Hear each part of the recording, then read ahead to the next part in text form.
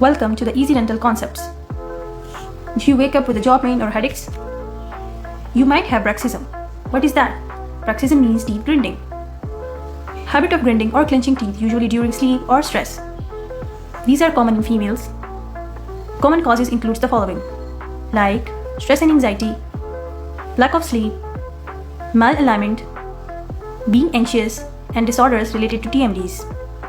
It can cause the following symptoms like you may have TMJ pain, headaches, mostly temporal headaches, tooth sensitivity, arthritic teeth, and it could be managed by the following things like proper sleep, relaxations, stress management, soft diet, and some jaw exercises.